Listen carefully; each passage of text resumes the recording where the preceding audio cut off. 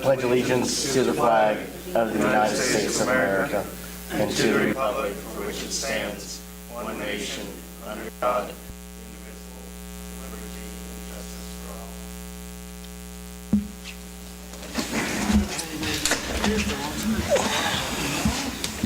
Has the council had time to review and approve the agenda? I'll make a motion that we approve the agenda as set forward. I'll second that. There's a motion and a second to approve the agenda. All those in favor, please show a voting sign. Opposed, same sign. Motion passes.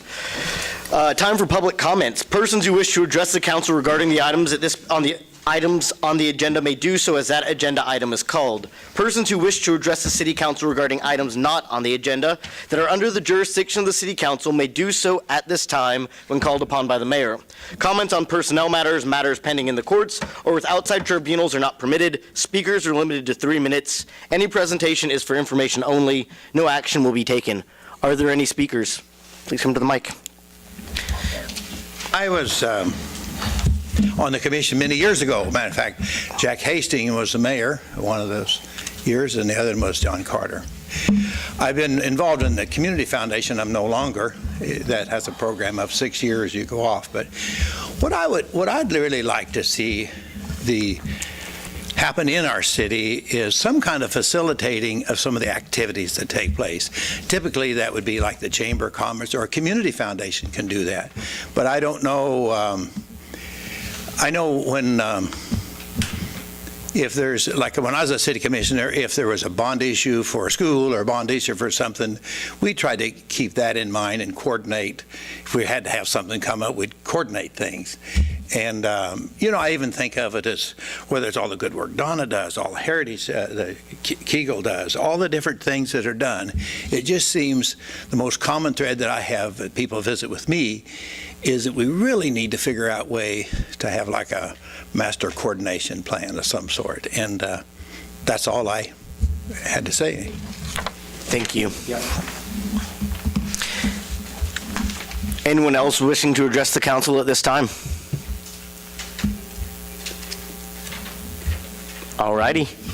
We will move on. Consent agenda. Has the council had time to review the consent agenda? Are there questions? I have a question on the appropriation on page 5. Decorator supply, we had $1,484 for flooring and $254 for paint. But then I got looking at some of the other, on page 16, we had file cabinet, same, for the gas department. On new pine lumber on page 18, there's several items: pegboard, ready mix compound, spray paint, paint rollers. And then if you look on page 19, there's quarter round lumber, another lumber. And I even went back to 2 weeks ago. There was a TV bought for the same account, chairs, file folders, baseboard heater. Was this for a remodel on the office or a break room? There's been the gas department kind of has remodeled their office. I know some of the other ones, departments out at the warehouse have kind of been sprucing things up too. I don't know when, several years ago, I think Street and Alley and the electric department had kind of updated their office. Gas and water had never done that, and they, working with the new GIS, they bought the big TV so they have a common screen that they can project the maps on as they're looking at it, or if a plumber or somebody comes in. So as they were doing that, they decided, well, it's probably a good time to paint and kind of update the facility. Tuned to about $5,500, and I was just curious what it take to redo an office.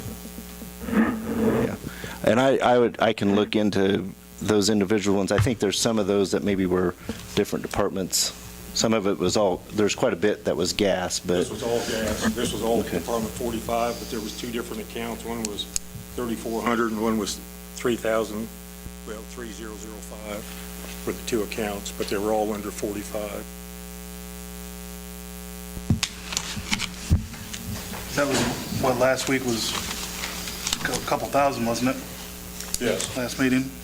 Last meeting was $2,976.38, and this time was $2,575.50 for $5,551.39. Money when we're trying to save money.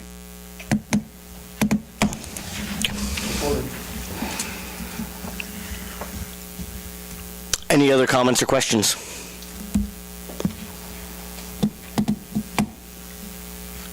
Is there a motion we're in line for a motion? I would make a motion to approve, do we have to have a motion for the Boy Scouts? During the consent agenda, but we can let them talk here in a second if you'd like. Is there somebody here that wants to talk for the Boy Scouts? I don't think so.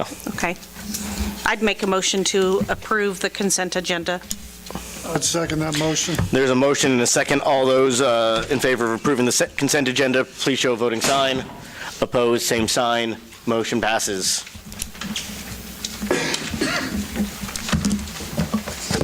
Roundtable. Item A. I know that there's going to be a lot of people that wish to speak, probably in the audience.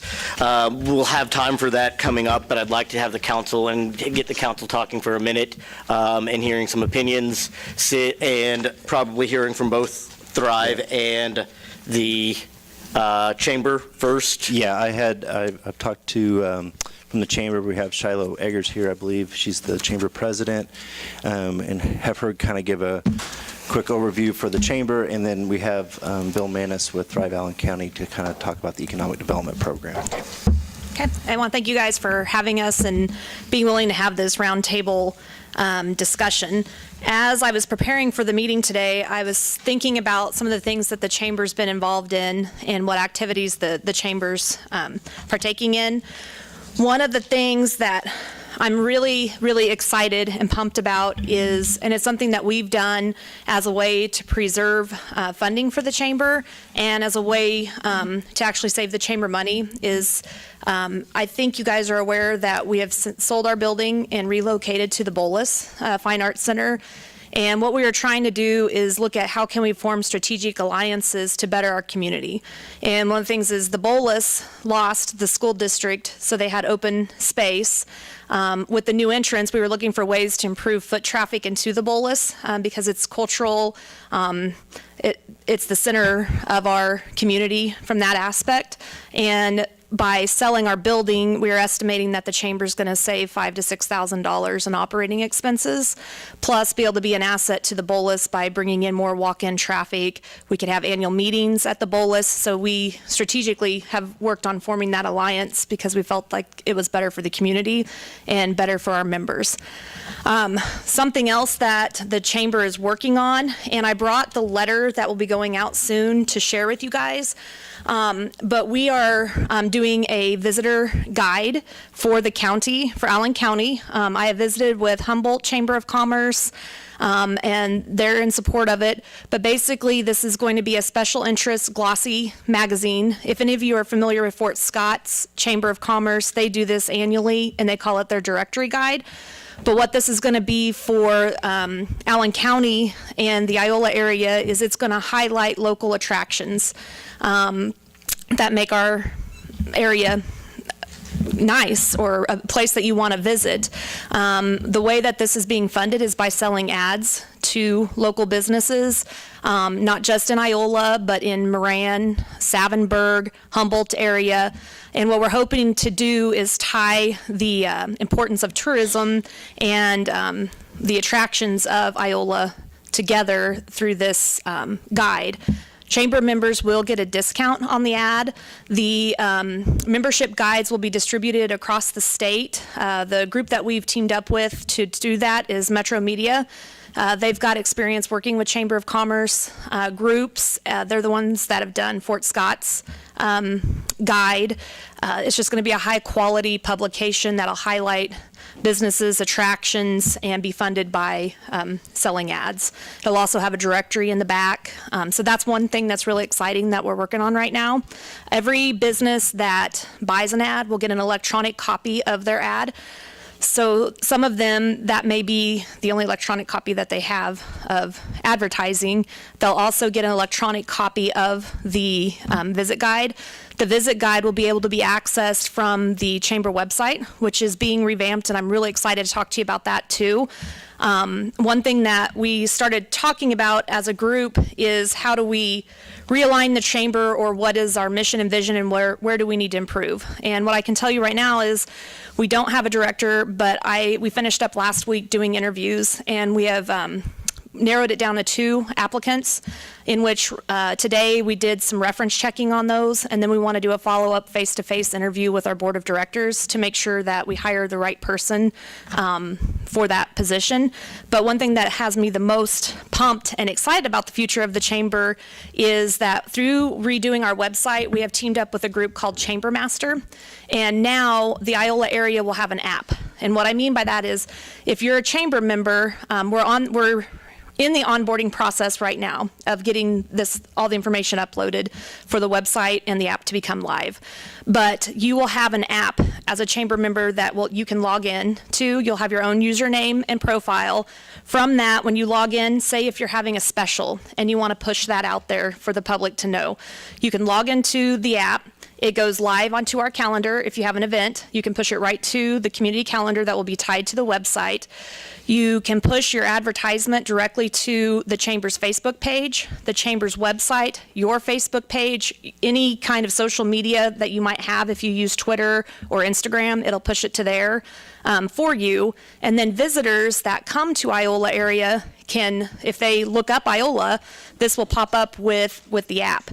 So as chamber members, they'll have the option to push specials towards other chamber members, or they can push specials to anyone that has access to the app or to the website. And what we did is, when we were looking at this program, we were looking for, okay, just having a website presence versus the app. And it's been a goal that we have an Iola area app that would link directly to a community calendar, community events that are going on, and be able to do special promotions. And this is a way that we feel that we will be able to add value to our members, a way that we'll be able to grow, and then a way that we'll be able to support the community.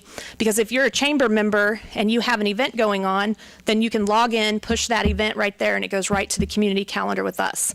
Another thing that this will enhance is if we're having an event, which we have, our annual meeting is scheduled, I believe, for the 17th of April. So if we want to get RSVPs for that, you can go in and you can RSVP now when it comes live, through the website or through the app. We can push informational articles out there. And I've learned the difference between pushing messages through an app and text messaging.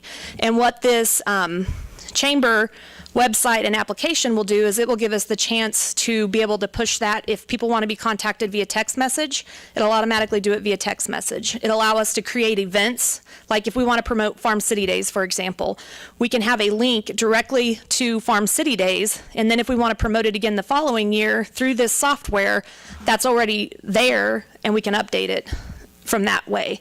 So we've been doing some things internally that people may not see on the outside to really get back, kind of be in a more modern setting, to give back to the community and to really enhance business.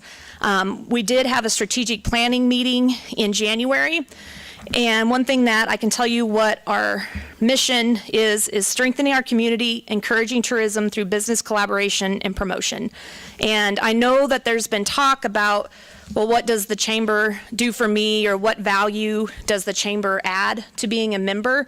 And what I can tell you is I really feel like the chamber is on the right track. I feel like we're really looking for ways to add value to our members. And so I'm hoping that through this roundtable discussion, we'll learn some ways that maybe you guys will still be willing to help fund the chamber. But I just appreciate the time to update you on what's been going on. So thank you. Thank you. Real quick, as a question before you sit down, the app would be available, though. Like, I could download the app. I just couldn't, as not a member, I wouldn't have any update status, but it would update me automatically if I had That is the app. correct. Okay. And the app will have 2 settings. It's going to have a setting for staff. So say if I'm the chamber director, because one thing that we want is we want our chamber director, and this is why we're being particular on who we are hiring, to be an outgoing individual that is out visiting the members. Sitting behind a desk in today's business world is not how we grow business and how we promote collaboration and working together. And so this app will have two settings, one for chamber members, one where you can access it but can't change anything on it, and then one for the administrator or staff that, say if they're out there and they visit with a member and something's changed, they can update it right there. And then chamber members will be able to RSVP, they'll be able to renew memberships. One thing through the app, where we're going to be moving to more of an electronic bookkeeping system.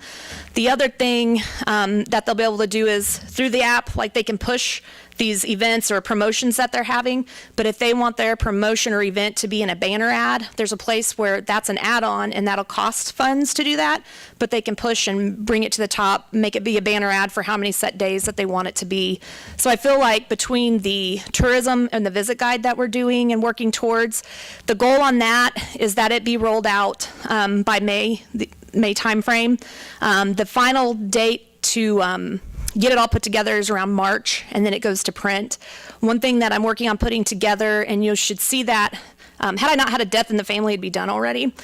But to get content for both our website and for the visit guide, we want to highlight unique things with photography because pictures attract people, not a lot of written. We're going to have special interest articles in there too, but we're going to hold a photo contest through Facebook where there's a lot of amateur photographers in the area, professional photographers, 4-Hers that can submit their photo into our photo contest with the chance that it will be printed in the tourism guide or become part of the content highlighting our community on the website.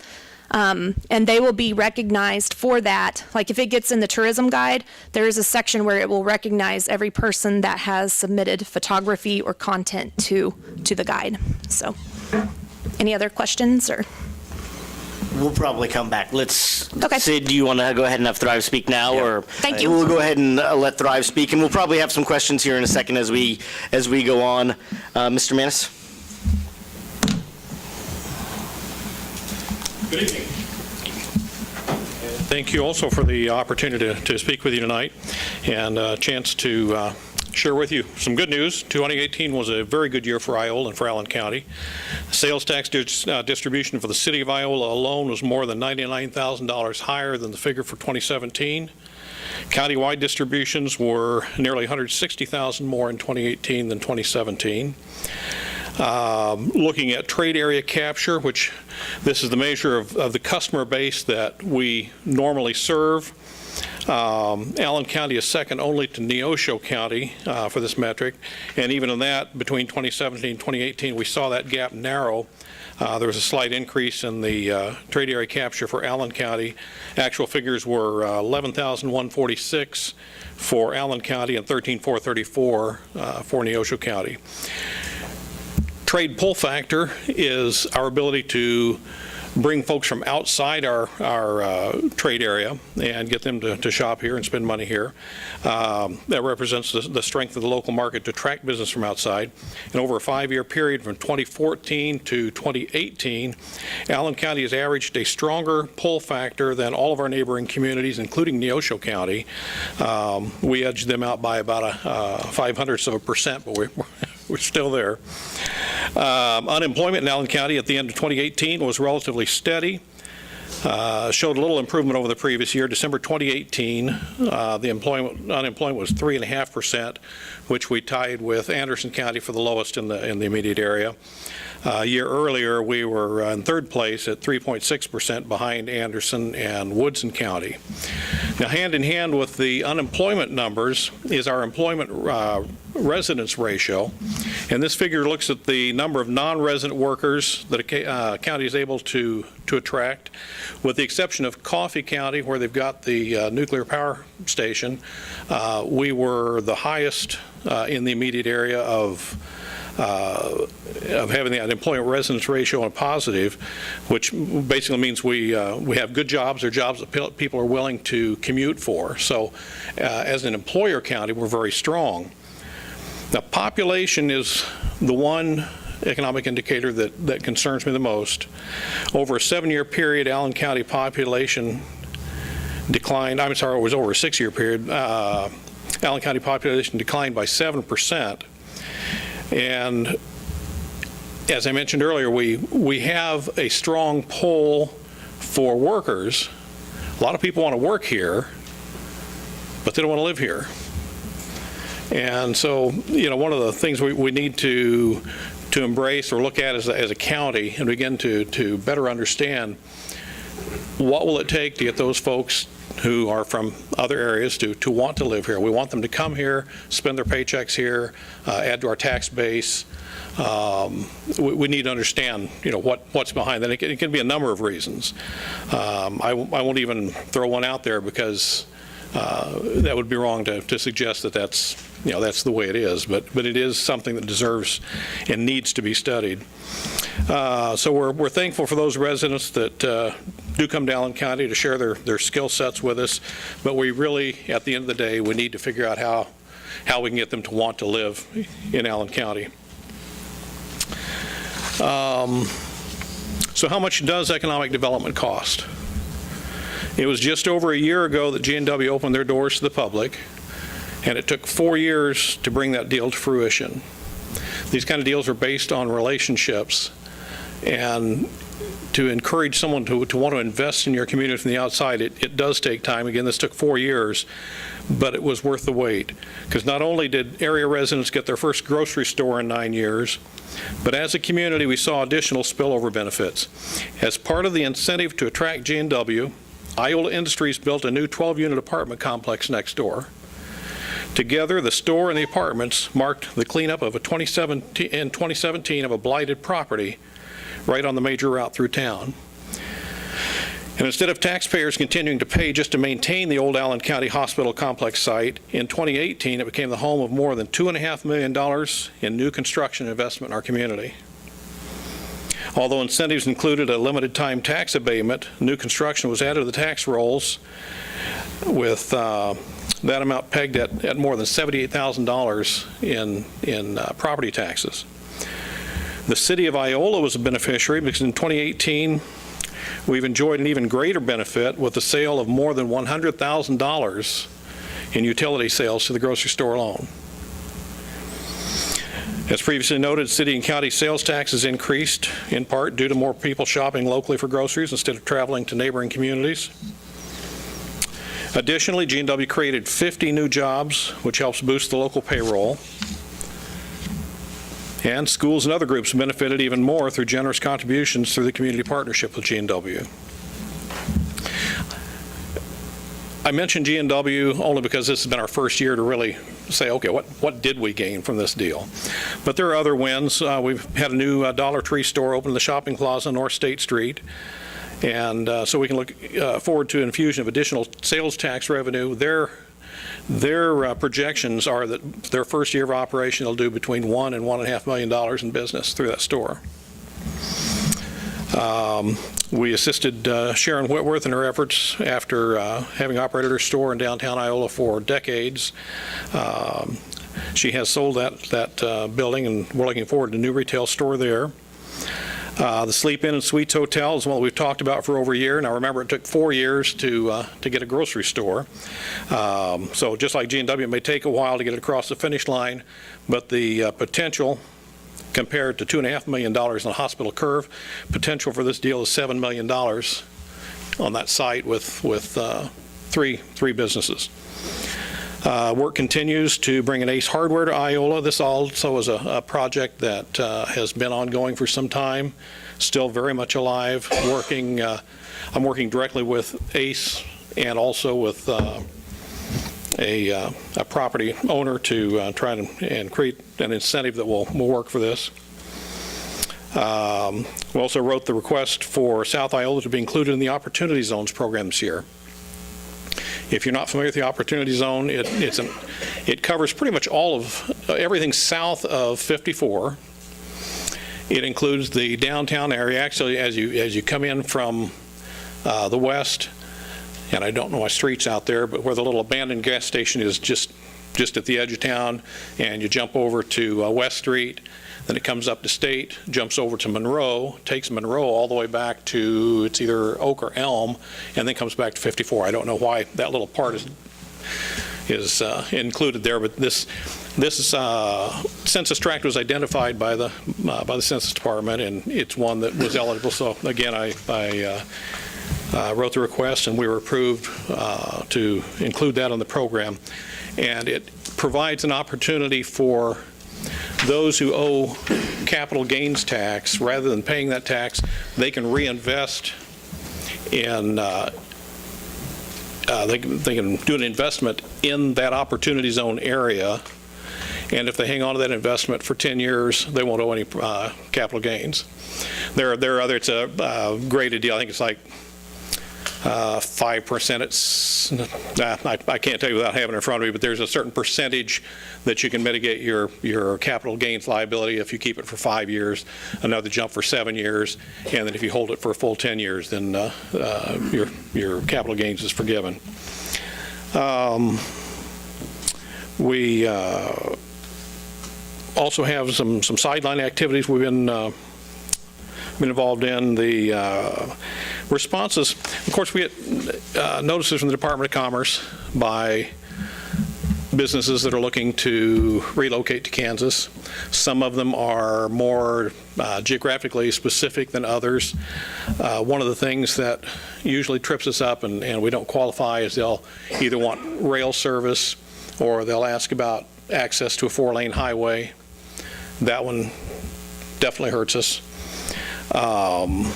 So I am partnering with, or have throughout this past year, with other cities up and down US 169, and we have what's called the US 169 Corridor Coalition. And the reason for this group is to bring to the attention of legislators and KDOT the need for 4-lane highway from Miami County south to the Oklahoma border. We realize that's not going to happen next year or probably even 5 years, but the idea is to raise the awareness of this need so that when projects like the one that was just completed here, when they do renovations and upgrades, they do them with 4-lane in mind. So for example, had this been approached earlier, perhaps when this stretch was redone, it could have been redone as a 4-lane, and the extra lanes would have been passing lanes. So, let's think ahead in terms of passing lanes, the new median requirements for new highways. As things are done along the way, let's make them fit the mold so that at the point we do get ready to roll through with 4 lanes, we're not redoing work again. We've also partnered with Southeast Kansas Works on workforce development projects. I'm serving on the board of directors for Project 17, involved in SEK economic development meetings. There's an SEK economic development network that we meet regularly. And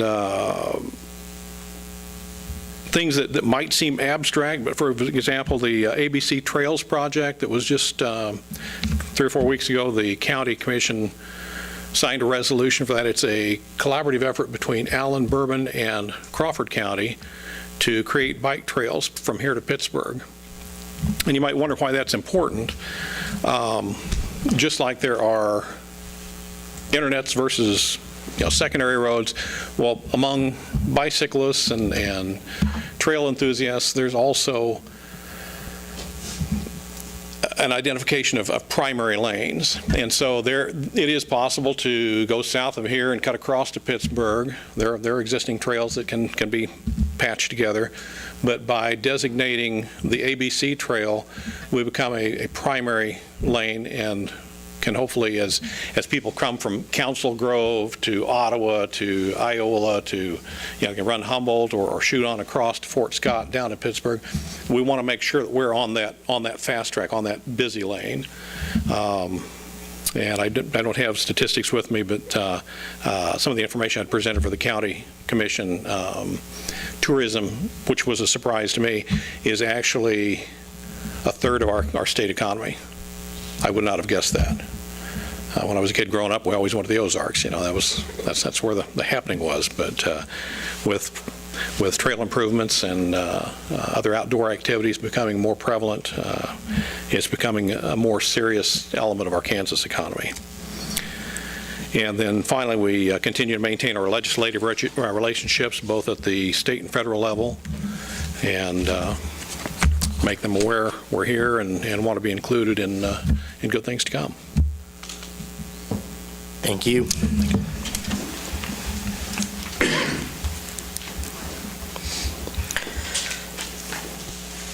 Council, what questions or comments do you have? I know we've talked about this before in the past. This would be our first official open session on this, or first session that is recorded. I know that we talked about this before about 6 months ago at our strategic planning. I know we've talked about it the summer before that as well. So I'll turn this over to the council give Sid some direction. What are your thoughts? What are your feelings right now about our economic development and our strategies? I would like to say I'm glad to see the chamber stepping it up into the world of technology. That really, really, really needed to happen. I mean, people go to their computers or their phones for information. They're really not going to print ads much anymore. If you can get that done and it doesn't cost you anything, that's great. If you can sell enough ads and that magazine's not going to cost anything, that's a great tool to have. But I think that you're really going to be money ahead just by doing the stuff online and by tying into all of those different social media outlets and having one clearinghouse that takes care of all of that. So just a good job. Thank you.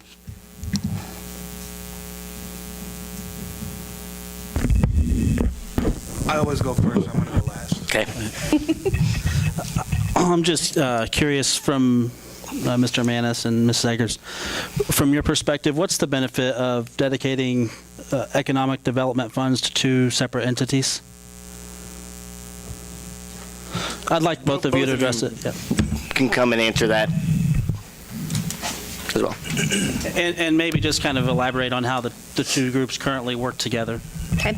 I think that giving to both organizations and supporting the chamber is a civic organization, and we are here to be the voice of local business.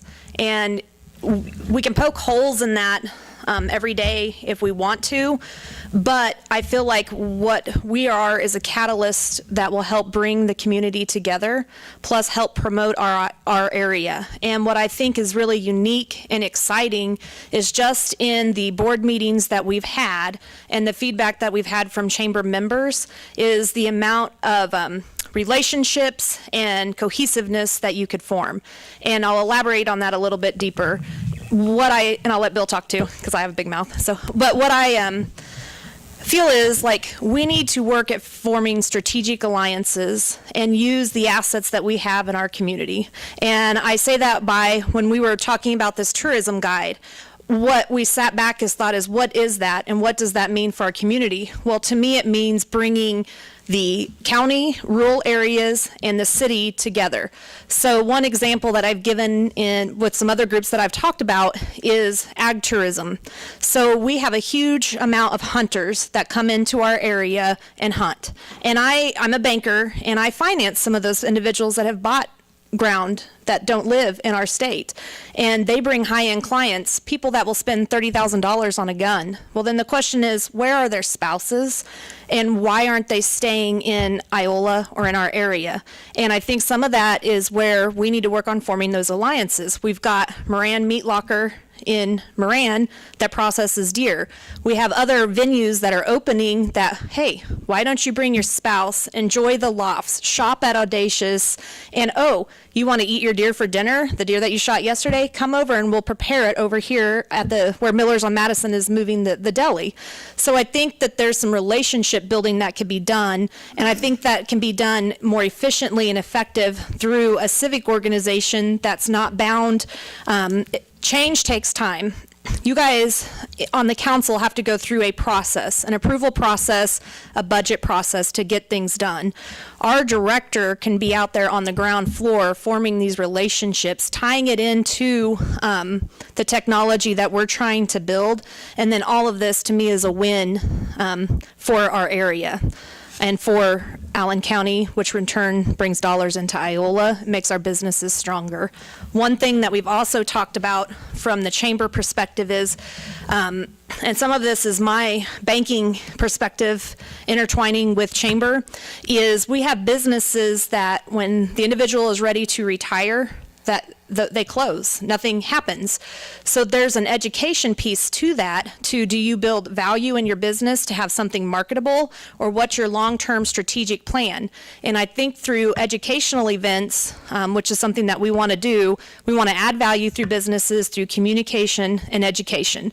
I feel like that's a way that we can help train businesses for the future, and it's also a way that I see opportunity for us. I was reading the minutes from your last meeting where, as a lender, I work with KSBDC all the time, and the city is now looking at working with Kansas Small Business Development Center, and I think those are some things that the chamber can strategically align with these different groups to help promote those activities, and like I said, I want us to be a catalyst to bring the community together. All righty, now I won't disagree with anything Shiloh said. I think it's important that we have a strong chamber that, and I might, total transparency, I'm also a chamber board member. So yeah, I certainly support that. I think the chamber and economic development have two individual roles. I think they're both equally important, and to ignore either one is to suggest we're going to go fishing and not throw a line in the water. We have to participate. We can't wait for business to come to us and hope that something gels. Chamber, I see the role there as being involved in immediate local development and support for existing businesses, for helping with events and trying to draw crowds to the community.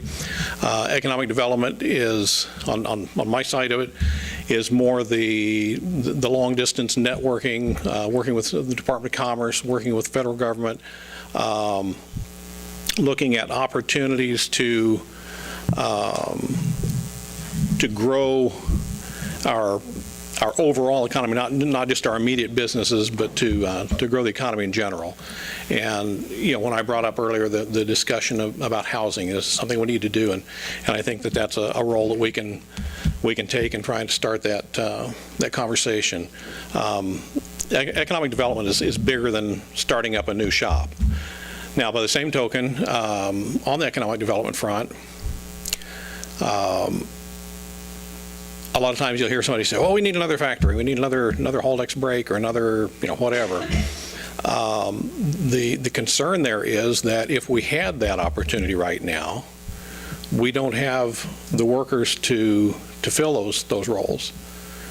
So that's where I say we need to go back and look at housing, look at having a place for workers to live, looking at improving our community and drawing people here.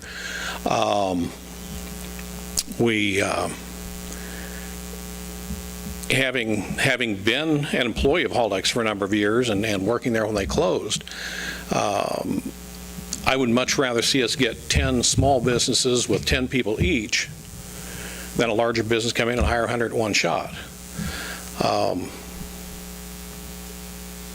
There are just too many eggs in one basket if one of those businesses fails or goes elsewhere. Humboldt has the fortune of having locally grown businesses.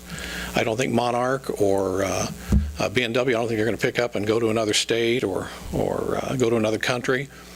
But we haven't previously had that. That doesn't mean we can't grow some of those businesses and begin to find our local wealth of entrepreneurship. And I think it's something we need to promote. So can I oversimplify this and just say that the Chamber's focus is in Iola and helping the businesses that are here? The Iola Chamber of Commerce is an Allen County-wide. We're Iola area. Okay. Apologize, I'm not used to that. We're the Iola Area Chamber of Commerce. Humboldt has their own chamber, but other groups such as other cities like Moran, La Harpe, Savinburg are not large enough that they have their own chamber. So we, in a broad way, encompass that also. So then the role at Thrive is to bring new businesses in. That's how you Well, see your role. we would look at new business, but also we've also been working for a long time with Kansas Small Business Development. We've tried to do some workshops and things locally. Participation has been low, and that's another one of those things we need to find out why. Yeah, we provide services to existing businesses, but we also do outreach and try to bring in new business. Do the two groups function together at all? Is there any type of interrelationship, any communication that goes on with Thrive and the Iola Area Chamber of Commerce? Bill is on our board. What I could say is our communication could improve. I feel like our communication with the community could improve, and we're working to improve that. When Bill's talking about the things that they do with Kansas Small Business Development Center, a way that the chamber can work with Thrive is to help promote the events that they're having. Sometimes if you don't know what's going on, you don't know how to improve that. The one thing I'll say is we can look at the past, or we can look at the future, and the future is that we want to be on an enhanced communication level, and we all have the same goal of making our community better and improving cohesiveness.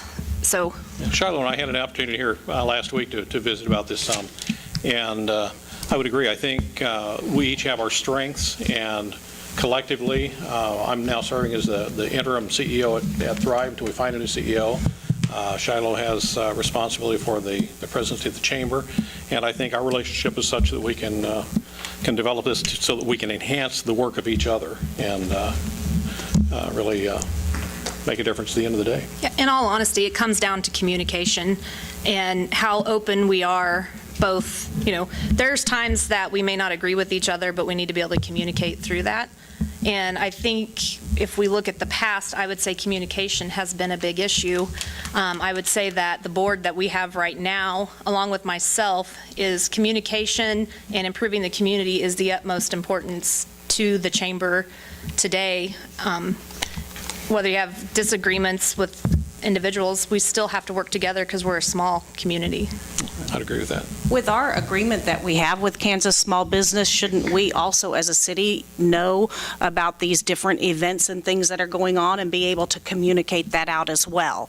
I mean, we have that relationship also, and we're giving them some money, and I know Yeah. we're finding out about events as well. Yeah. So it's our responsibility as a city to communicate that, whether that be to the chamber and they push it out using their app or however that is. But I think that we've got that direct chain also. And those things are shared pretty openly through social media, on the city website, on Thrive, the chamber. Those are pretty well Yeah, we've disseminated. try to get those out there when we get those notices, and sometimes we've worked with the chamber to try to, one of us to post and the other one to share it, because I don't understand social media completely, but my understanding is that there's more power sometimes when there's one post and there's more people are sharing that post rather than multiple posts.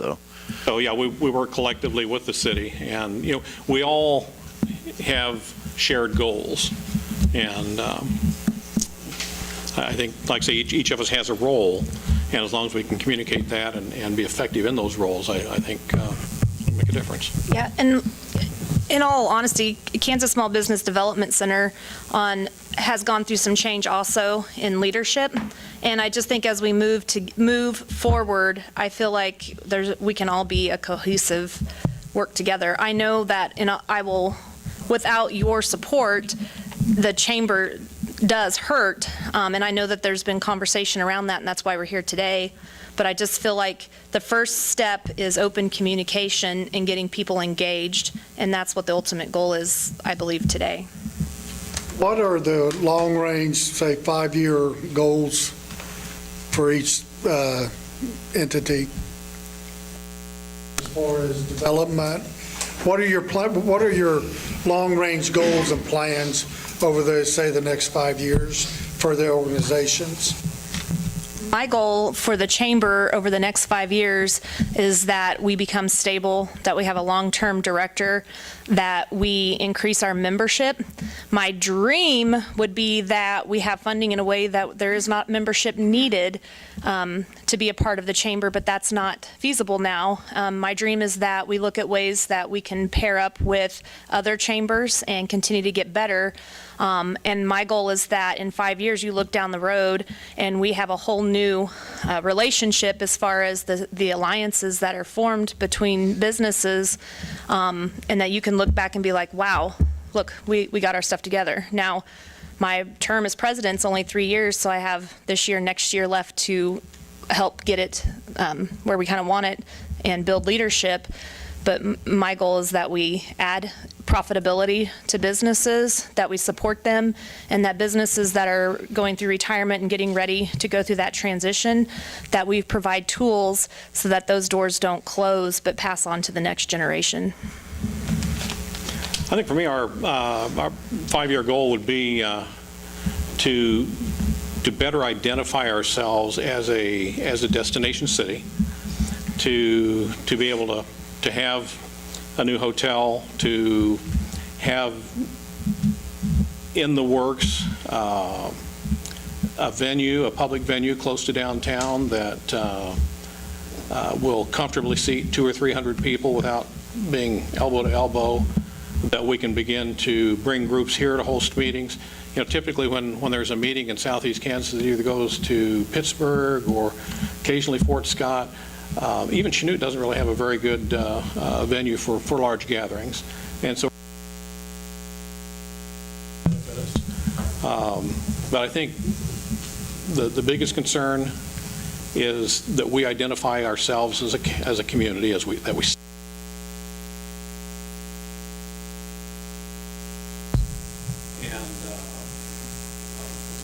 a part of that's going to have to go back to concerns about housing.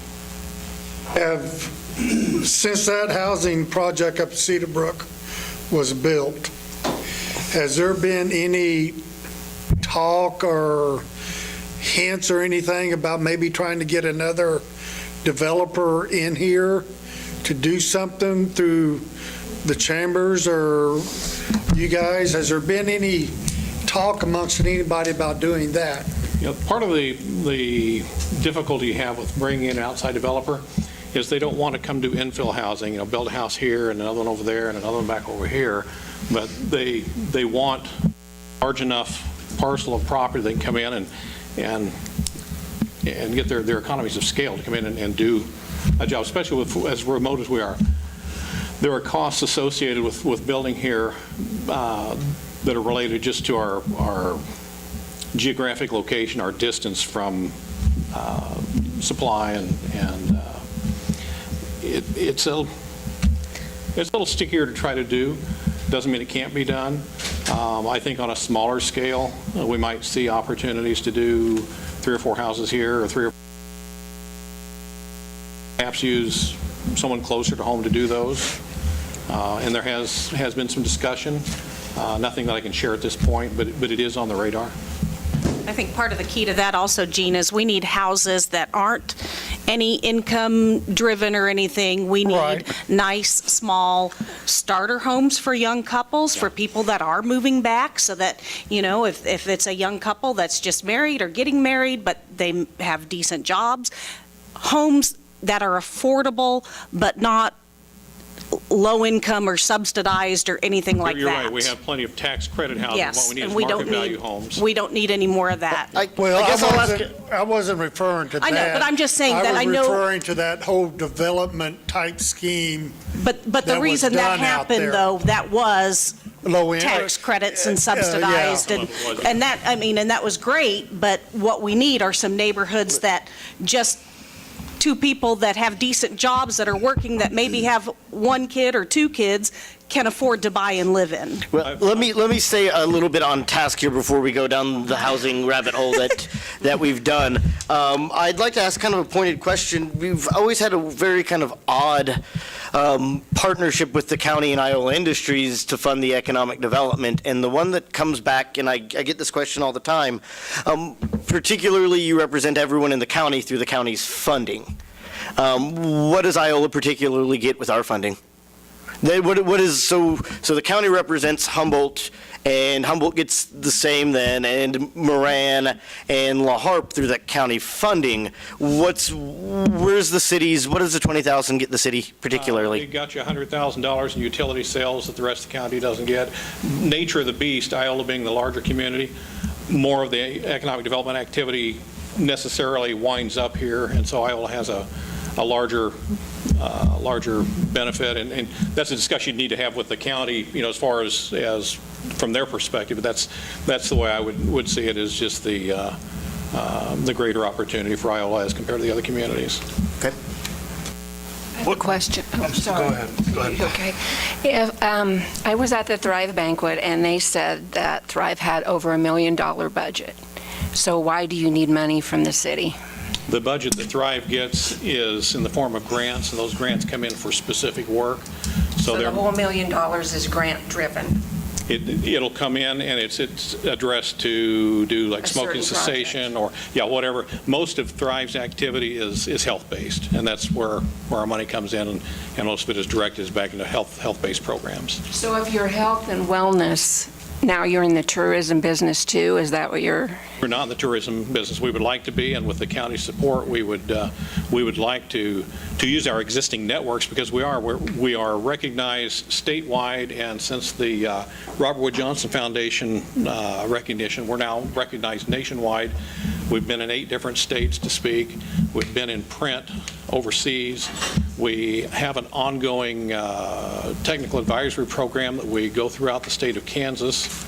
We are beginning a new program called Thrive Kansas, where other communities are saying, okay, show us how you do what you do so we can do it here. So, yeah, it's a large budget, but it's economic development is unique within the organization, and we rely on funding to continue to do that work.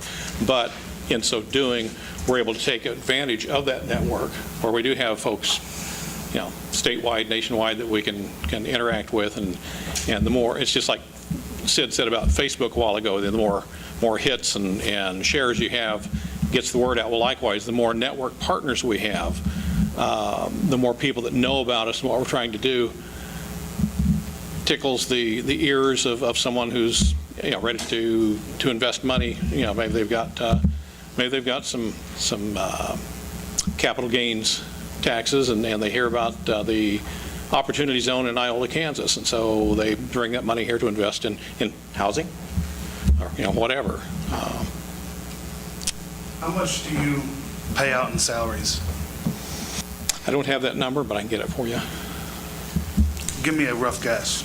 Yeah, I really can't. I can get that for you, but I really can't give it to you off the top of my head. Sid, how has your communication been with Thrive?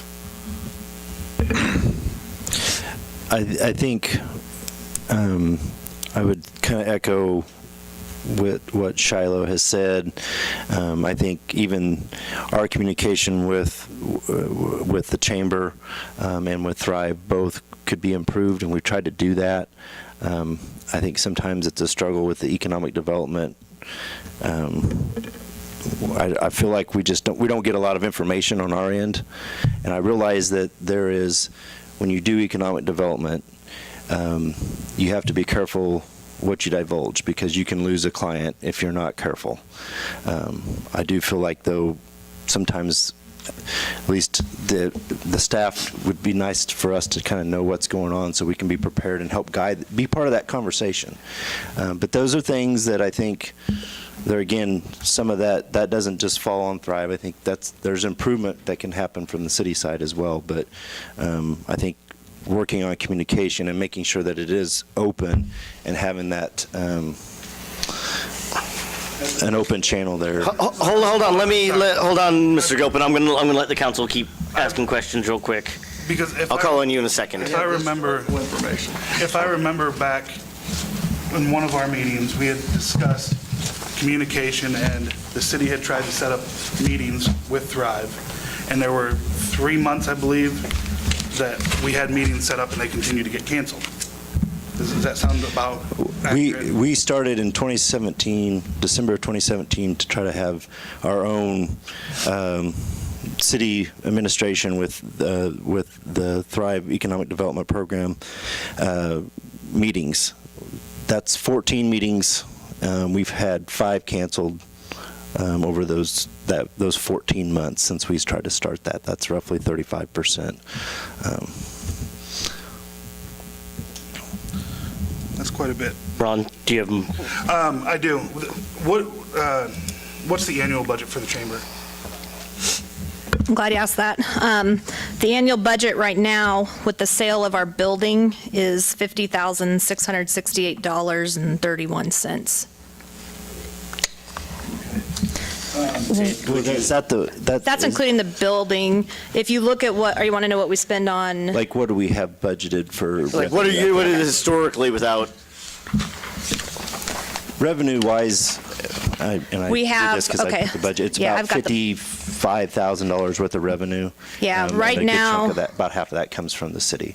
Yeah, we are proposing, the 2019 budget is about $66,551.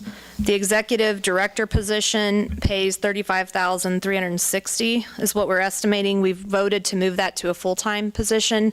It had been a part-time position, but in all honesty, I keep saying all honesty, but the quality of person that you get part-time versus, we really feel this is a full-time position. So with that budget, what we're doing is we're truly putting a risk out there that the city will continue to believe in the chamber, because without you, that full-time person doesn't come on board. But we have the budget for that now. We're looking at possibly doing some things from the assistant level of kind of cutting that back. And then what we had budgeted as far as contractual services was about $17,191, and that goes into advertising, our QuickBooks, our app that we're doing. The app's not free, and really it's putting it, the new technology that we're doing is more expensive than what the chamber had been doing, but I'm the one that's passionate I'm just the passionate one about it, that without it, I don't feel like we're adding good value to our customers or to our members. I feel like it's a way to help put our area on the map. How much is a chamber membership? It depends on how many employees that you have. It can range anywhere from around $100 to $300 per year. And what does that get them? It gets them the added value, like if you're a chamber member with our new technology, it gets you the app. It gets you the access to come to our leadership breakfast and have continuing education opportunities. It's networking opportunities, and then it's advertising opportunities. So soon you're going to be trying to sell these again to all the businesses, memberships? Yes, the memberships renew on an annual basis. The one thing that'll be changing with the new website and the new app is instead of our membership running from January to January, and businesses will be able to choose when their membership renews. So if it fits their fiscal year better to renew in April, then they can renew in April. If it fits better that they want to pay their dues in August, they can pay their dues in August. I would guess then your hope with this new director is you're going to have somebody out there going door to door and contacting businesses, because I think that has been an issue. It has. These past several years. It just kind of And what I can the tell you what radar. had changed is we had improved our job description and improved the accountability as far as, okay, you're the chamber director, basically the chamber director position, and this is why I sometimes feel like it may not be paid well enough, because this person needs to know bookkeeping, this person needs to know technology, and this person needs to be outgoing and understand the needs of businesses and the issues that they may have and ways that we can help them. And we're truly a civic organization guided by our membership, which is primarily businesses. So we need to be the ear to hear what is going on, what do they need, what are they struggling with, and I feel like it's our responsibility to communicate that with the city, the county, because how do you know what's going on if you don't get that communication. And so the reason why we haven't just immediately jumped in and hired, there was one that interviewed very well that we're checking on references, and there's another one that has a lot of experience. But we want to ensure that the person that comes on board is someone that is not afraid to go out and talk to someone that they don't know and is not afraid to bring people together.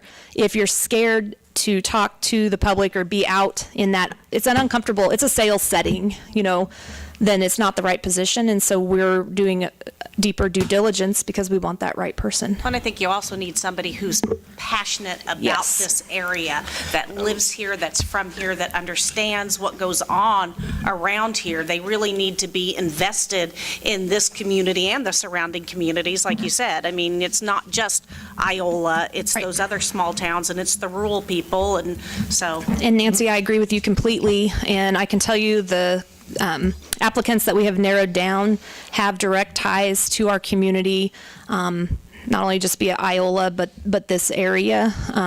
And the one neat thing and what's made the hiring committee's position tough is they're both outstanding individuals, and you can see the motivation and drive behind them. But my motivation and drive is I want the chamber to add value. I want the chamber to be relevant, and I really want the chamber to survive for the future. And I take it very seriously and care very deeply that we get the right person on board and we make the right strategic moves. I'd like to ask you both a question, and why should we not hire our own economic developer and continue to pay both of you guys? Why should you why should you not? Why should we not hire our own rather than continue to fund both your entities? Well, I feel like the economic development part I'm going to let Bill talk about, but on the chamber side is you guys are government. Okay, government sets regulation, rules. Businesses need a voice in that. And when, the thought process is that we represent business and we represent what their challenges are. What happens when you're talking about a business, there's a taxation thing that will affect the business. That economic developer, as a city or government employee, what side of the spectrum are they going to be on, and what lens will they be looking through it, where we're truly the voice of business, and it's not a government entity. We're civic and we're for them. So I see it as being a need. I actually had a conversation. My supervisor is the president of Fort Scott, or was the president of the board for Fort Scott Chamber. And then one of our credit team members was the Manhattan president of that chamber in Manhattan, Kansas. And their chambers are all business ran, and there's not any government entities that are board members because they solely want to be the voice of business. We don't want to fight with the city. We want to get along, but we want to be able to advocate for business and for the economic improvement.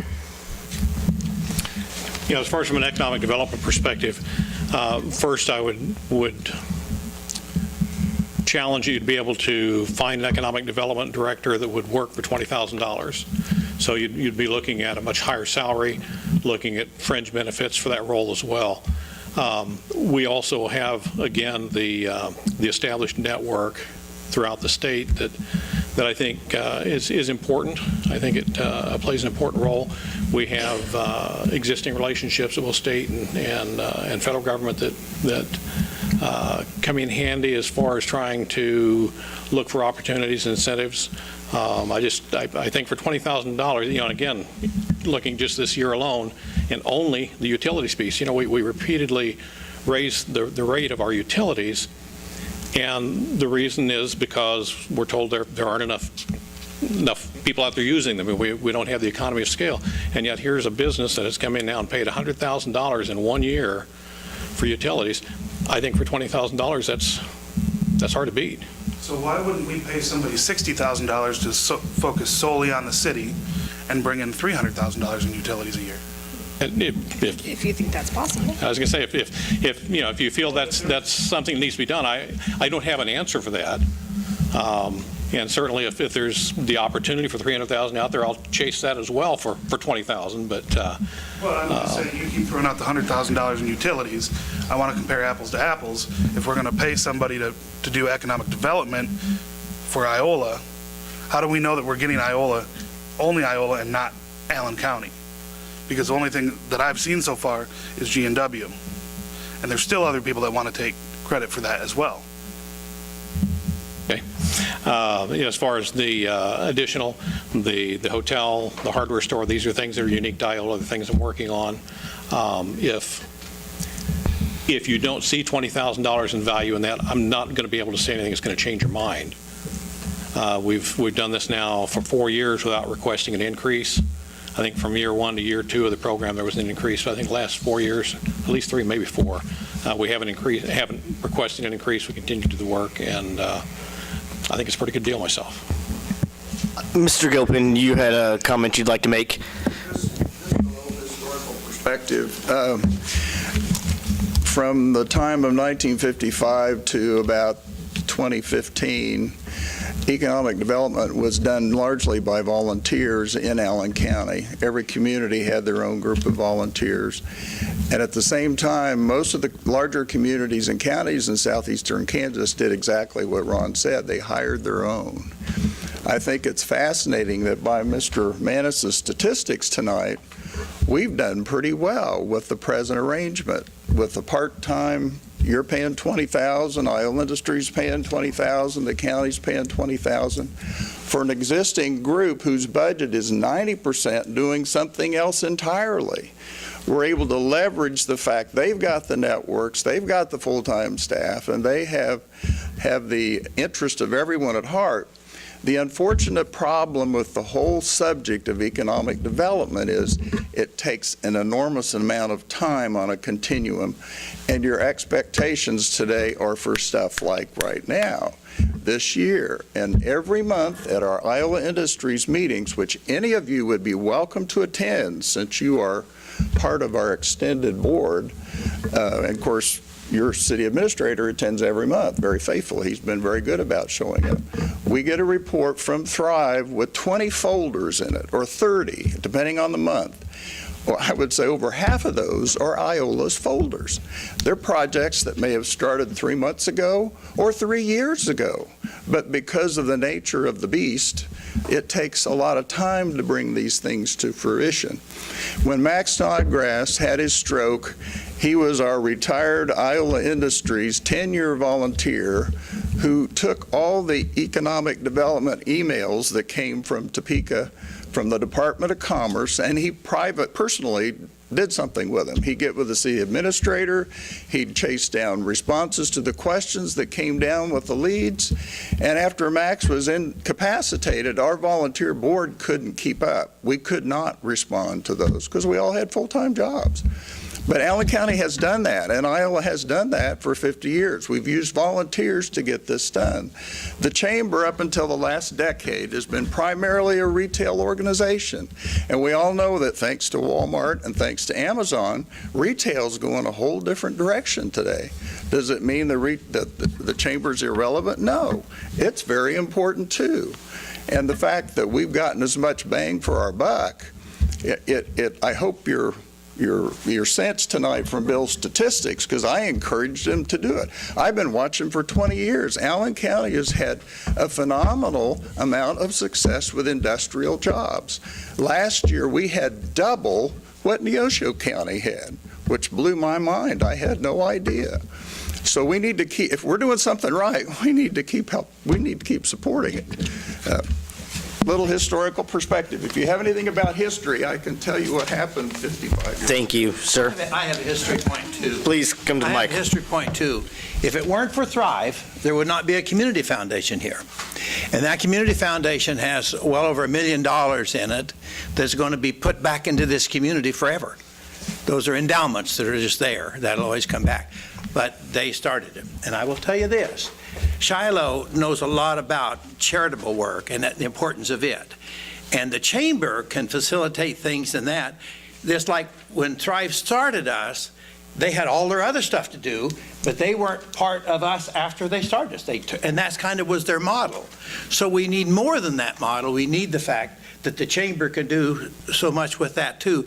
Because I don't have the numbers as Mr. Jim had there and him, but you will be shocked at how much charity goes into this community. Donna can tell you about a lot of it, and a lot of others can too.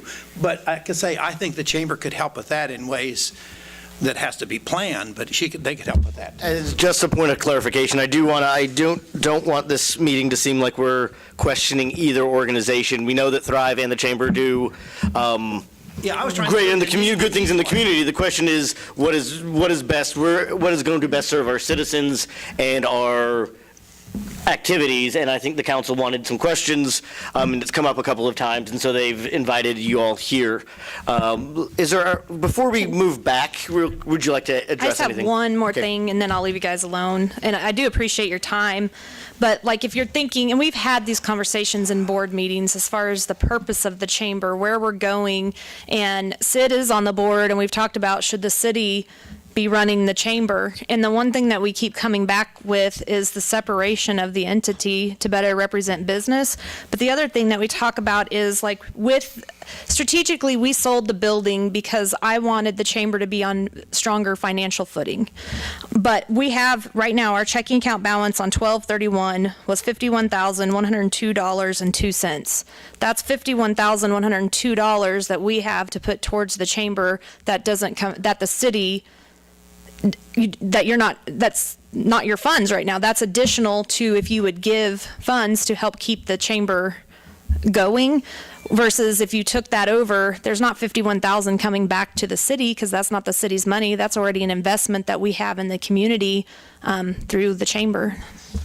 Let me ask real quick if there are other comments. Donna, would you like to say something, please? Come to the mic.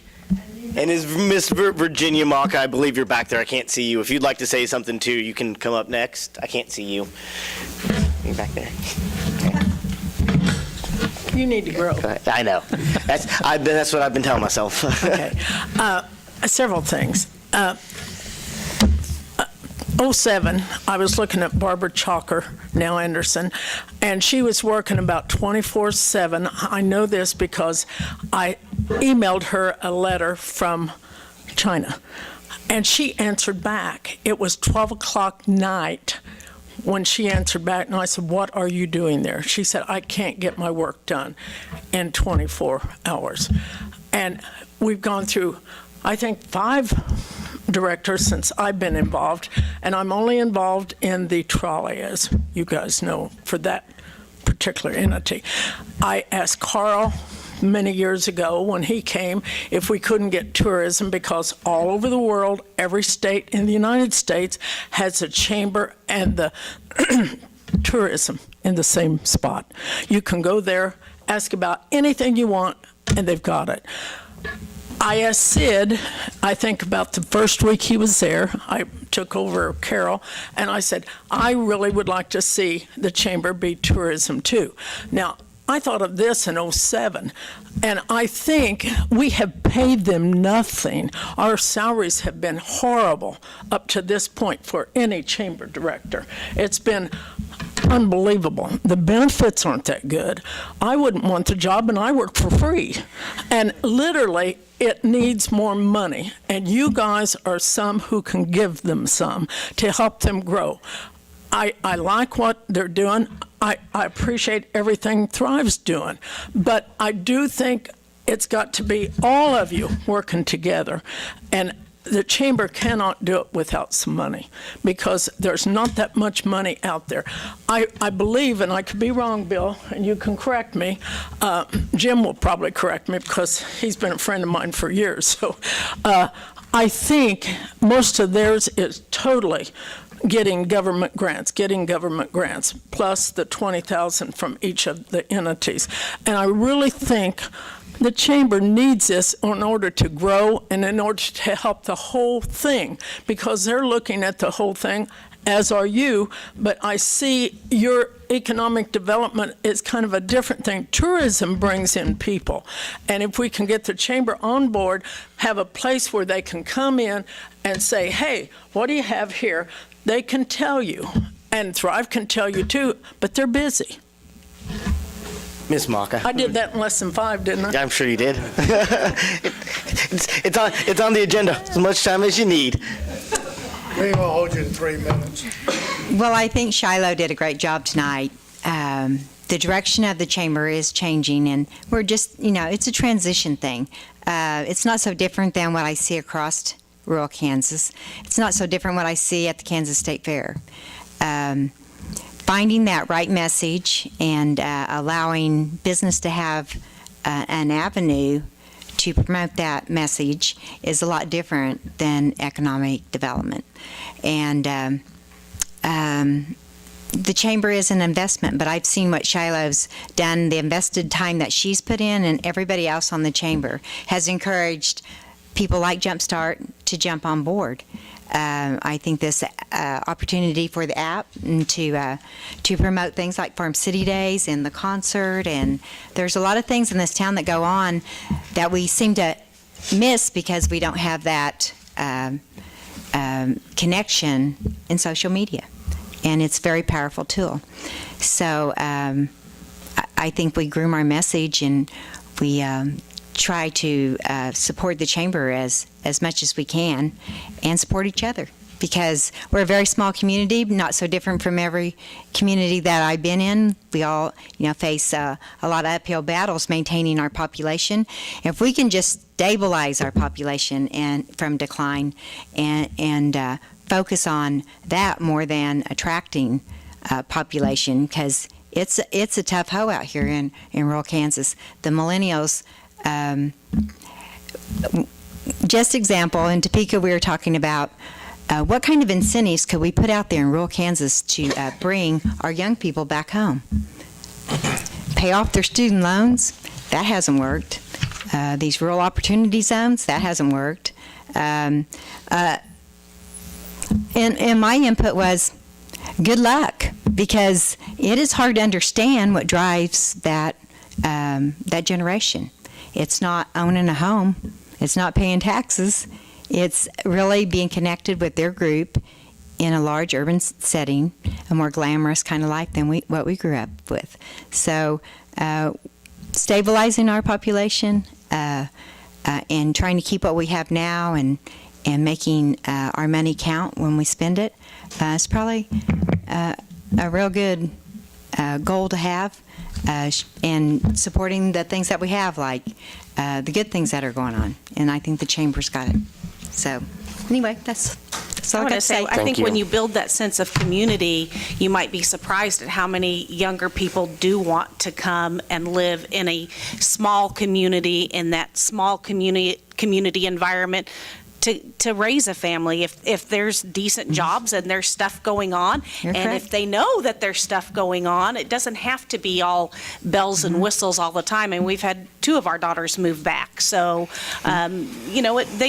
they do want to move back. There are kids that want to move back. It's just getting that message out there, like you said, and communicating the way that they're used to communicating, which your app will help. Any online presence, any social media presence, that's the way you communicate with that younger generation. And the nice thing is, I am a millennial, barely, but I am a millennial, and I understand. I also understand the challenges of what would keep a millennial from wanting to be in this area. And I think the board that we have on the chamber now, we're a little bit younger, a little bit motivated, but we have some experience also on the board. And I think that will help push us into this next stage of the chamber direction. I just think, getting that right person in there, like what you used to have in there years ago when Barb was in there. I mean, it takes that right person with that right personality that is willing to go above and beyond. So. Thank you, Shiloh, for referencing experience, not saying old guy. I know this conversation has gone on for quite some time, so I'm going to keep it short. I like what I hear for the most part, but my biggest concern is what I hear is communication. between all entities. And to me, that's a big problem. That's very concerning. That's something, and we're going to need a lot of foresight for these projects, like you mentioned. It's not something we're looking at 5 years from now, maybe 10 years from now, 15 years from now, but without that communication. That seems to be a very big problem. And I think collectively, we've acknowledged the need for improved communication. I think it's something we can all work on together. Yeah. Chamber, Knowing the need economic for it, development, but and then the is city. there a solution? I think we set a platform not and expectations. Not talking bad about any of the past leadership, boards or anything, but the Chamber and Thrive both right now is going through a transition period. And I'm hoping that now the communications with the administrator and the council, once you guys get ironed back out, will be better than before. I think we're there. I think that we're improving that also. I think some of it is a personality thing too. But what you guys could do to help us is outline what your expectations of communication is and what you want to know and how much do you want to know. Because, right, just what I'm doing with the chamber right now is solely volunteer basis. So I feel a little pressure, but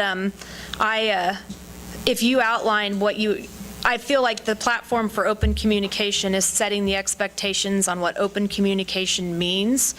And I think it's also like when people communicate openly, you make yourself vulnerable at the same time. And that's a fear that I had coming here because I'm making the chamber vulnerable when I really care about it.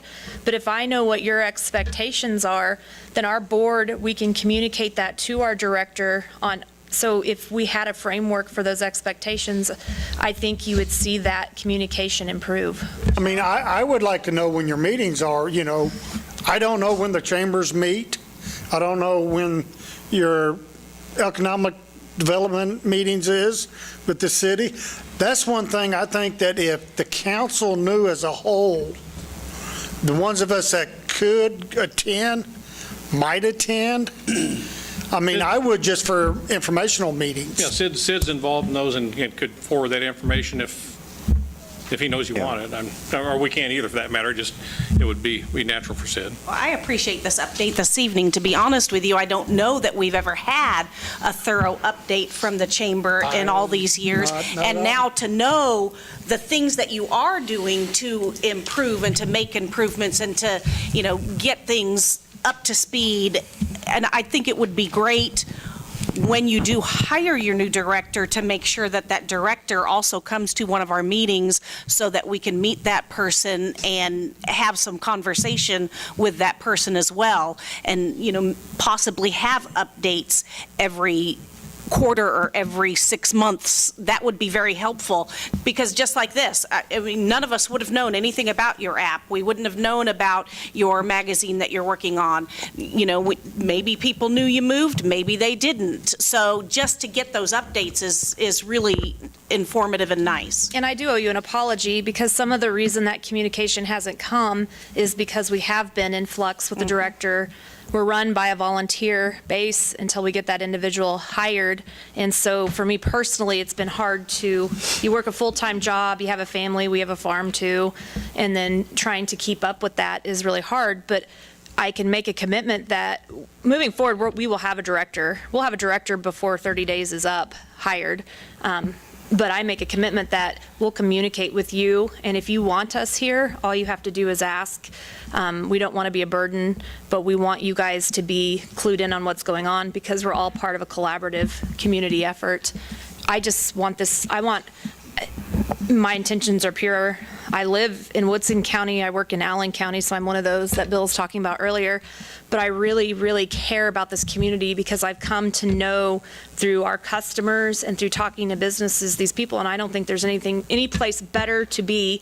And I would not want to raise my child in the city. I want my child here. So we all care, so we'll improve communication. If you notice, when I came back up this time, my hands were empty. I left my EcoDevo folder in my chair because right now I'm speaking as a member of the chamber board. And just a couple things. I appreciate Nancy's comment about people coming back. I came back. I haven't always been old. I was 30-something when my family moved back here. So my kids grew up here, and So we're rural by choice, and I think there's a lot to be said for that. If we create the right environment, I think that works. Second thought is, Ron, in reference to the idea of pulling the chamber under the roof of the city. When I was working for Senator Moran, I was working in 13 counties, I don't know how many communities, and in a few of those cases, there were instances where the chamber and the city would share an employee to reduce the cost of both, and so that director would be in the city's offices in that building.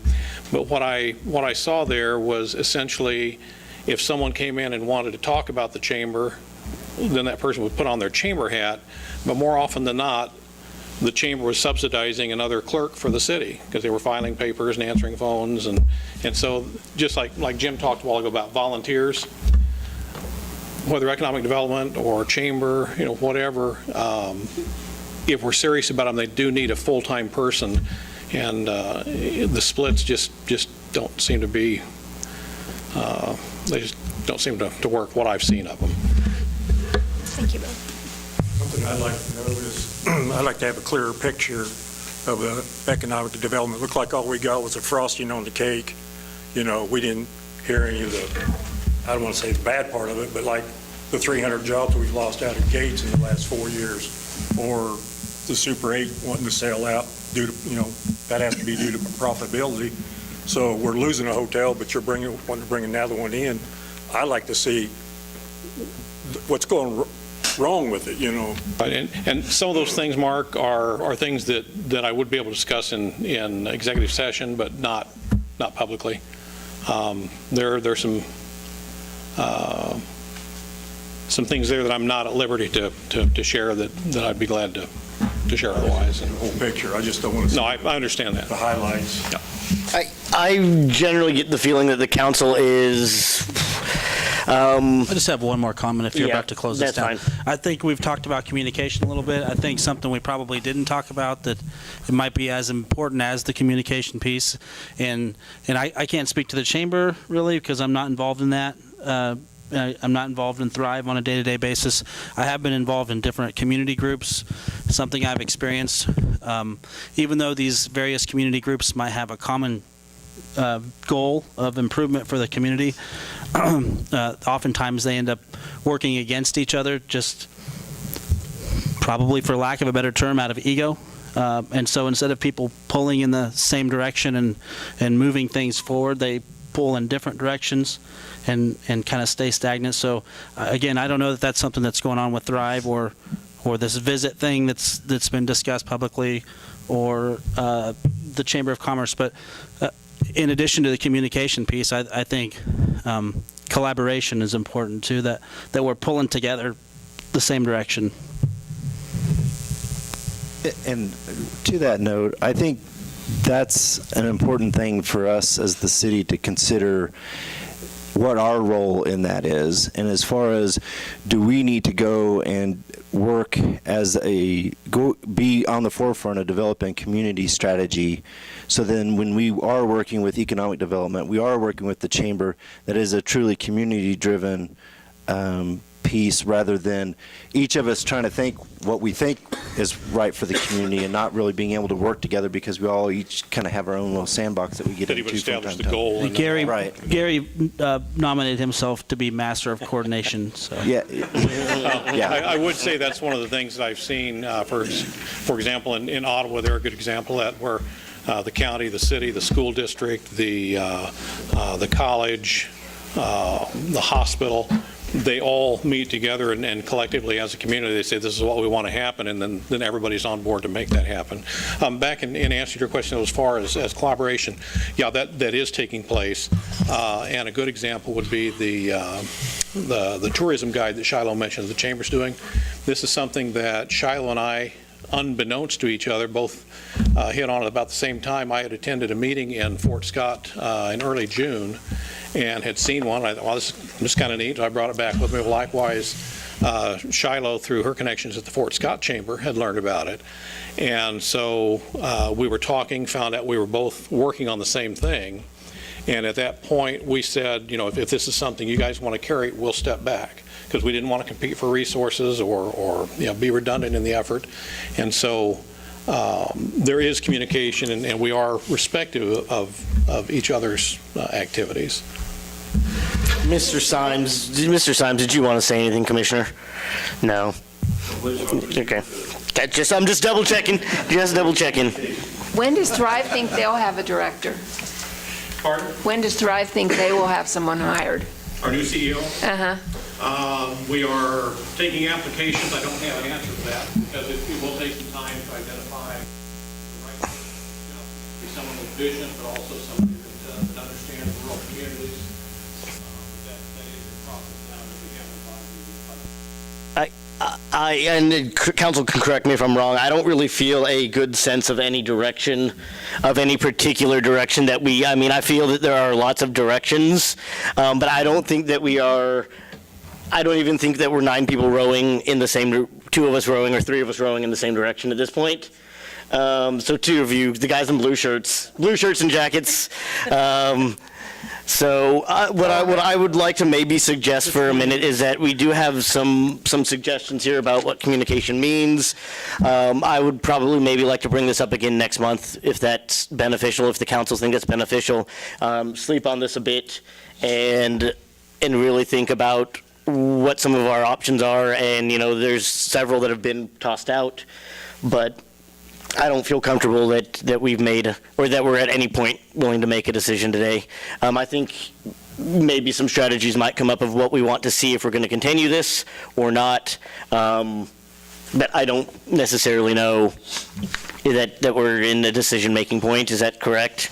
I thought that this was just to be more of an informative type discussion anyway, so I didn't plan on making any kind of decisions about anything other than gathering information. That's fine. And I don't think in a month that we'll be making decisions. I think we'll have another conversation there.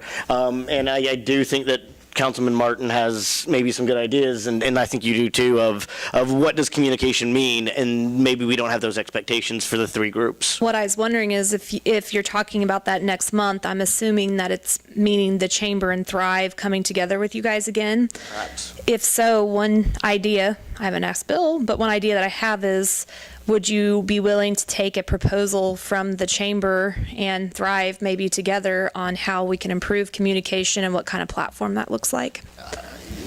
Send it over to Sid. Send it over to Sid. Let's get our own involvement in this too, and we'll get our own involvement to mark it up too, because those are the 3 big partners. Sid and Corey and the city are a partner in that communication, and so I think that it's a 3-way street on this one, which is always fun whenever streets meet 3 ways. But I very much appreciate it, and I feel better today after being here on informing you what the Chamber's doing, hearing what Thrive's got going on, and I feel like we can pull together as a team. So it makes me excited. I just want to jump and go raw. Okay. Thank you all. Thank you all for showing up. If there aren't any other comments, Chief Warner, forfeiture report. Wake up. Wake up. Well, I'm really here this evening. The report in itself, I believe, are with a beginning balance at $9,001.01 with our total deposits, total expenditures, and our ending balance of $11,547.66. Our only expenditures were 15% of each of those forfeitures to the Allen County Attorney's Office. Real quick, just as will you kind of remind the new councilmen and council members, men and women here, that what we can use these funds in these cars just can't be used for any city funding. It has to be directly used for law enforcement, particularly narcotics. Is that correct?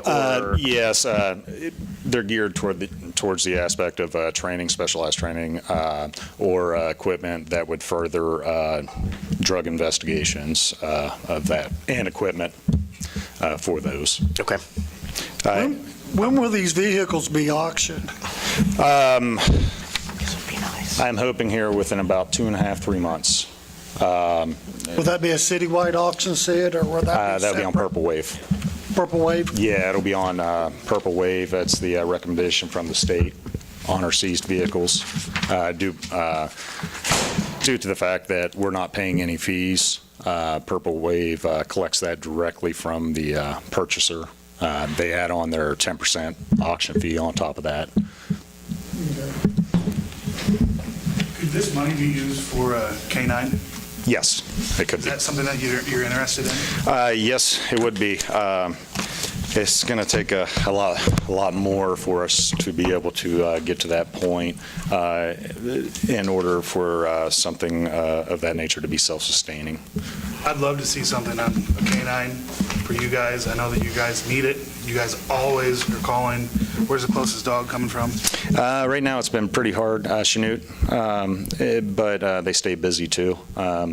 So we used to use Neotishe a lot, but Sam was got the chief position down there, and he's no longer a canine handler.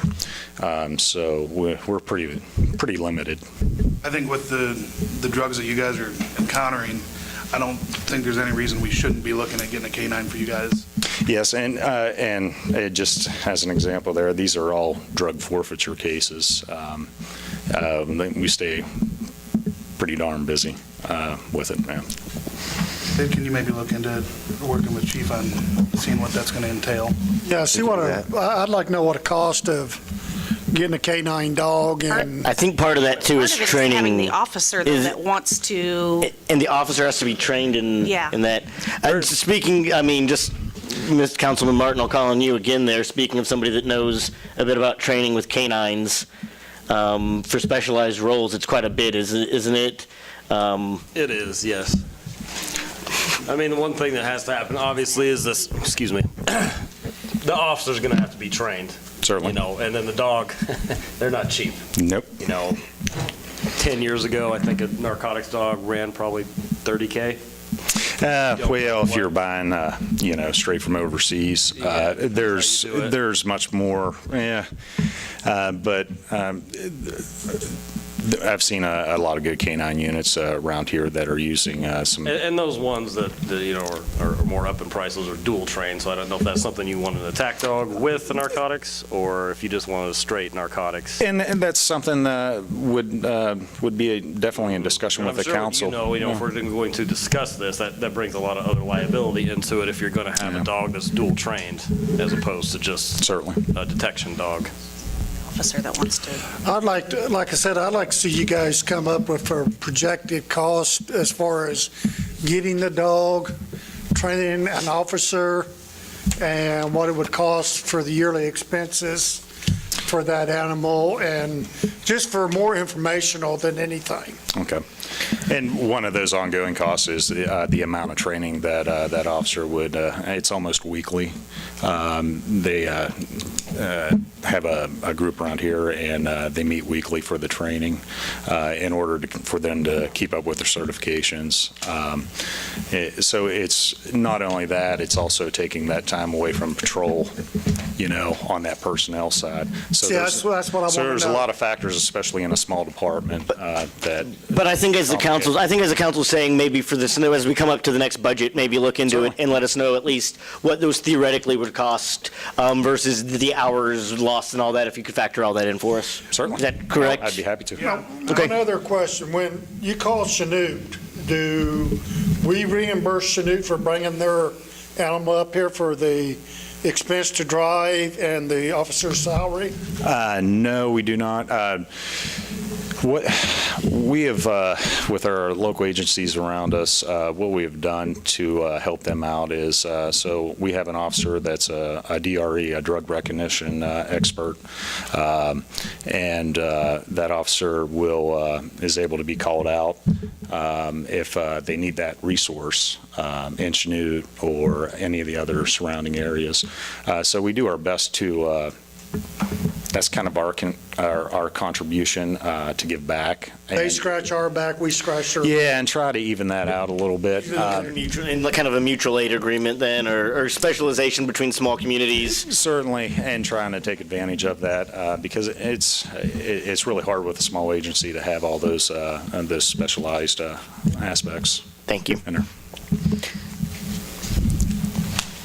All righty. Keep up the good work. What's that? Did you have one No, more thing? I think that we need to pursue looking Okay. into it. Could you With possibly the amount of look at trucks that we have on the sharing the streets. cost with, like, the sheriff department and Humboldt? Maybe each pay a certain percentage and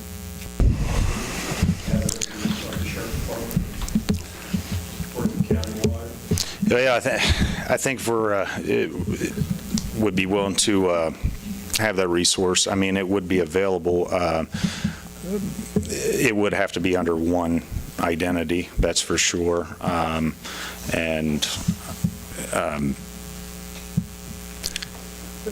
It'd be difficult, that's for sure.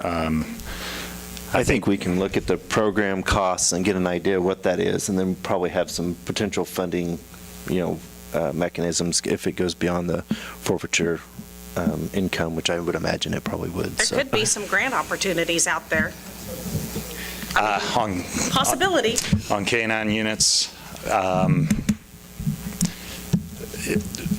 usually all the grants, even from the cops office, everything else, will exclude K-9s or equipment, vehicles, anything in that realm. That for the last. That surprises me. You would think that they would have more of that grant opportunity out there to Yes. fight this war on drugs, not, Yes, I would agree. When it comes to equipment, it's pretty limited in scope on most of those grants anymore. The good news is that with the dog, the forfeitures will go up. Theoretically. They should.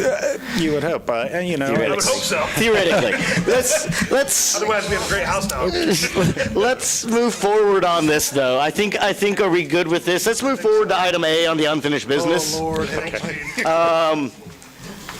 Resolution 2019-8. This is a bit of rehashing because we talked about this last meeting. Is there any other discussion or discussion points on this? Are we in line for a motion? I'll make a motion to approve Resolution 2019-08, approving city staff support for the Farm City Days Summer Concert Series. I'd second that motion. There's a motion and a second to approve 2019-8. All those in favor, please show voting sign. Opposed, same sign. Motion passes. Unfinished business, CMB. Mr. Mayor, members of council, this is basically an update ordinance to comply with the changed state law. When the legislation approved the sale of enhanced CMB, and my understanding is you will not be able to buy what you would consider the regular CMB anymore after April 1. So if we don't pass this update to our ordinance, then anybody that's selling CMB will be in violation of the state law. Sounds pretty straightforward. And this was a draft ordinance from the league, so we basically just took it and modified it for us, and It had some pretty interesting stuff in it. yeah. I'll make a motion that we approve ordinance 3485, enhanced CMB, which allows the sale of enhanced CMB within the city of Iola beginning on April 1st, 2019, and authorize the necessary signatures. I'll second that. There's a motion and a second to pass ordinance 3485. All of those in favor, please show a voting sign. Opposed, same sign. Okay. Council and administrator reports. Let's start with Chase this time. I'm good. I'll make my motion in a minute. All right, Eugene. Gene. Daniel. Thank you for our guests tonight. Thanks for all the information. I really appreciate that. I appreciate your time coming in and speaking with us on this matter. So, thank you.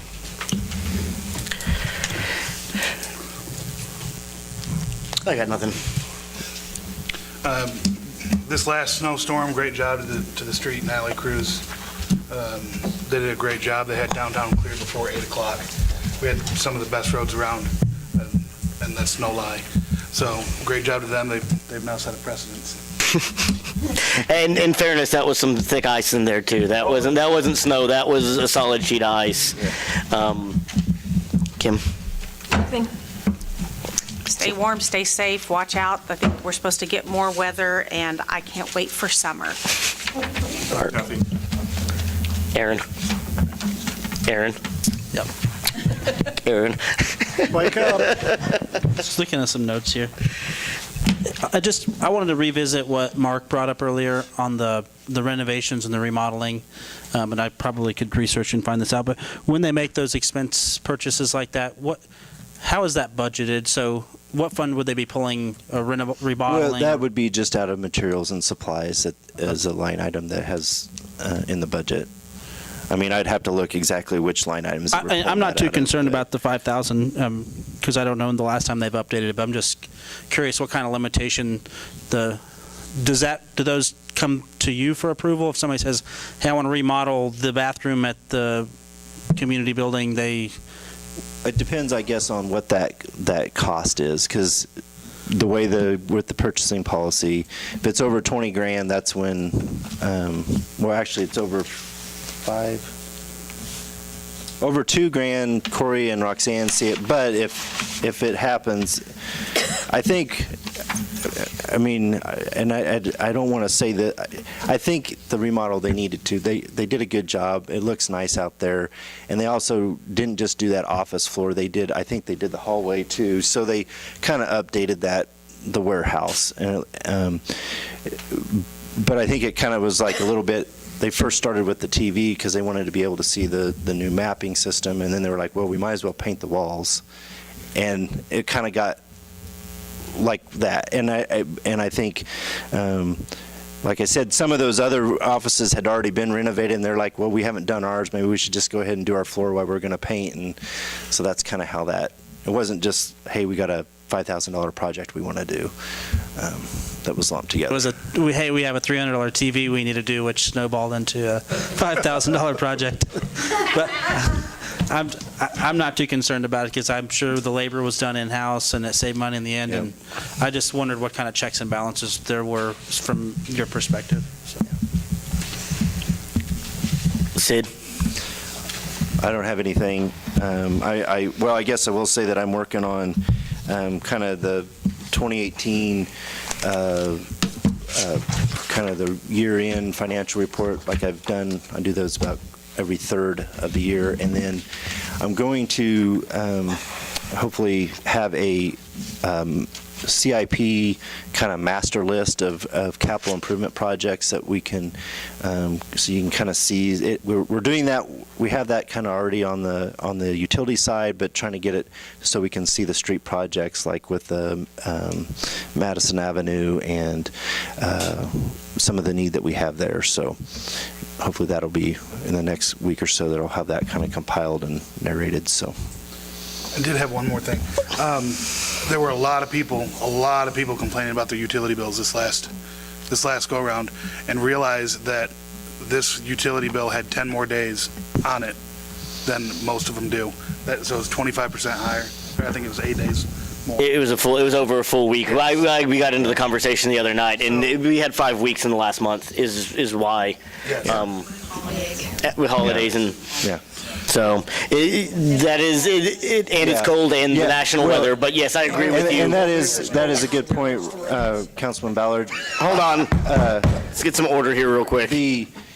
So with like electricity, we have the ECA, which is the energy cost adjustment, and typically that's been 1.5 cents per kilowatt hour. Or maybe even less, and for January it was almost 2.5 cents, and that was mostly driven because of the energy cost of there was more demand, the gas prices went up, it cost more money to buy power, and that added to that increase of a little extra on the electric bill side of things. So, Gene. I'll make a motion that we adjourn this meeting and the council stay afterwards and take their group photo. Thank you, Gene. Thank you, sir. Do I have a second? Yeah. I'll second. A motion and a second. All those in favor, please show voting sign. Aye. Hurry, Corey, hurry. Even opposed. I know.